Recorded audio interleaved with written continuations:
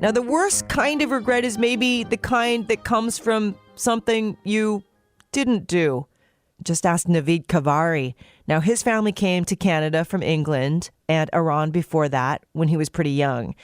And growing up in the small town of Bimbrook, Ontario, Navid's best friend was his big brother, 6 years older than him.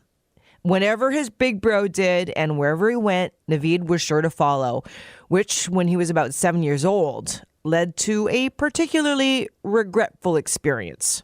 So he went into this huge mid-90s hip-hop phase, and I just followed him like right into that.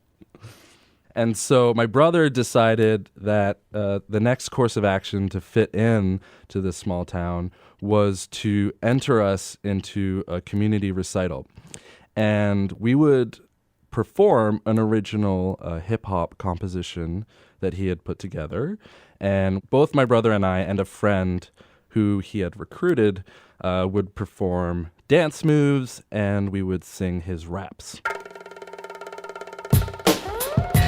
Oh, it was like Eminem bringing Drake on stage. Like, I was like, you are the best, and I am right there with you, man. Like, fist in the air, 100%, you know?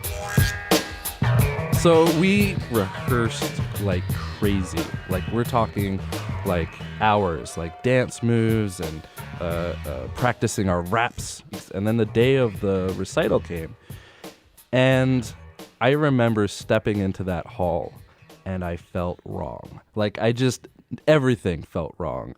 It was, 30 to 70-year-old white people and their kids who were screaming and running around, and, grandparents. And it was not the ideal venue for a hip-hop collaboration. And we stepped up there, and everyone was sort of shooting us looks, and we got the music going. My brother took the lead, went full on. Like, he killed it. Like, to this day, I maintain he did an awesome opening. And I'll never forget the cue lines that were to lead me in, right? And they were, "My name is Downtown.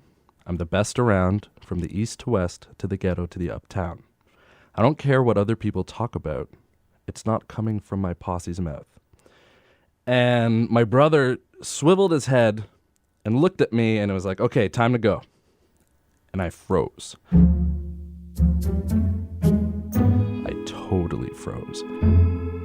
And I just looked at him with a blank face, and then he looked right back at me, and there was this awkward pause that felt like it would last forever.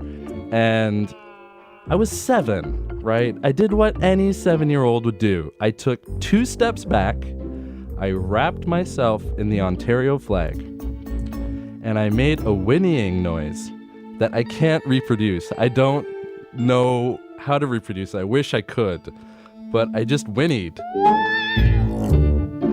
And my brother, God bless him, he took up the slack and performed my part. He knew all the rhymes. And all I remember is us walking off stage to a smattering of applause and bewilderment, and my friend just collapsing face first on the ground, and just out of embarrassment as to how this happened. Like, how did we all end up here, and how did this happen? I think the reason I regret this moment so much, it comes down to the immigrant experience. Now, you have to remember, I was young, like I was 6 or 7, and at that age, it's fairly easy for you to adapt. My brother had a really rough go. It's a small town. He's the only, Iranian Canadian kid there.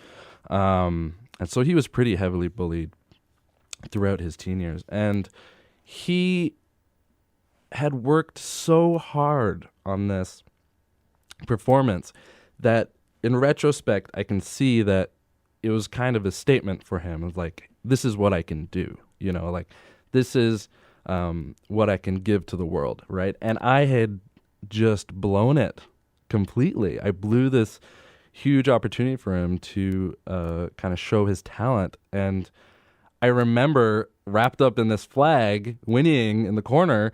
I remember this really sick feeling in my stomach. And it wasn't embarrassment.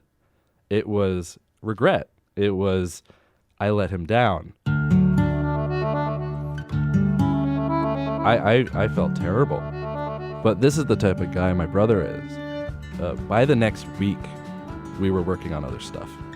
You know, like he didn't care. And that's why I'm proud to call him my brother, because it didn't affect him. We kept going. And there is an upshot, which was my brother got into Britpop, and he was a camp counselor at this camp that I went to. And he invited me up to, like, you know, you have these recitals at these camps, and it was probably like 14, something like that. And we brought the house down by playing Wonderwall. And you know what? That song's been overplayed, sure as hell. I believe it. But we brought the house down. Everyone knew the lyrics.